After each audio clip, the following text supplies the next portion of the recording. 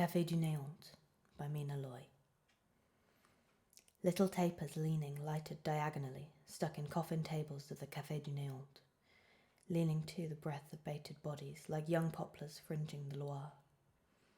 Eyes that are full of love and eyes that are full of coal, projecting light across the fulsome ambient, trailing the rest of the animal behind them, telling of tales without words and lies of no consequence one way or another. The young lovers hermetically buttoned up in black, to black cravat, to the blue powder edge dusting the yellow throat.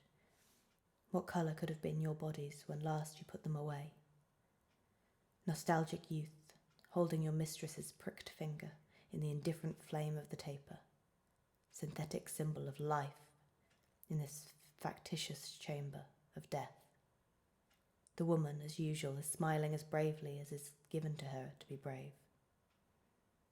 While the brandy cherries in winking glasses are decomposing harmoniously with the flesh of spectators at a given spot, there is one who, having the concentric lighting focused precisely on her, prophetically blossoms in perfect putrefaction.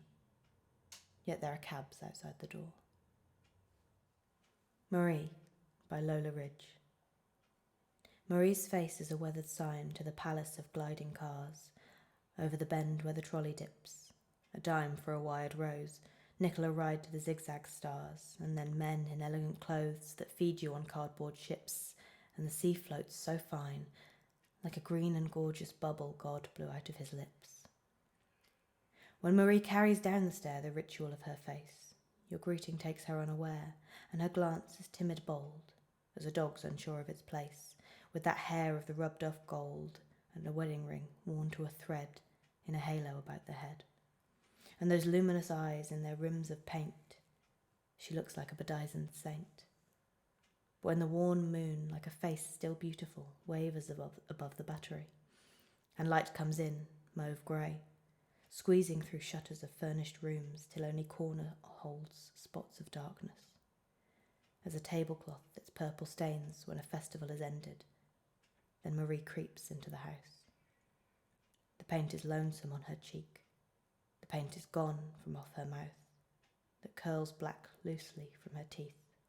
She pushes slackly at the dawn that crawls upon the yellow blind, and enters like an aimless moth, whose dim wings hover and alight upon the blurred face of a clock, or on the pallor of her feet, or anything that's white, until dispersed upon the sheet, all limp, her waxen body lies, in its delinquent grace, like a warm bent candle that fleers about its place.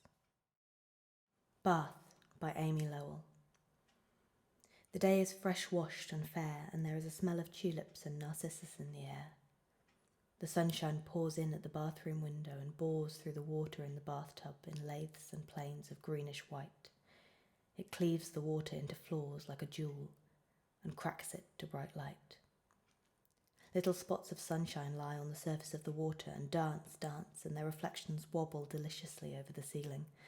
A stir of my fingers sets them whirring, reeling. I move a foot and the planes of light in the water jar. I lie back and laugh, and let the green-white water, the sun-floored beryl water, flow over me. The day is almost too bright to bear, and the green water covers me from the too bright day. I will lie here a while and play with the water and the sunspots. The sky is blue and high. A crow flaps by the window, and there is a whiff of tulips and narcissus in the air.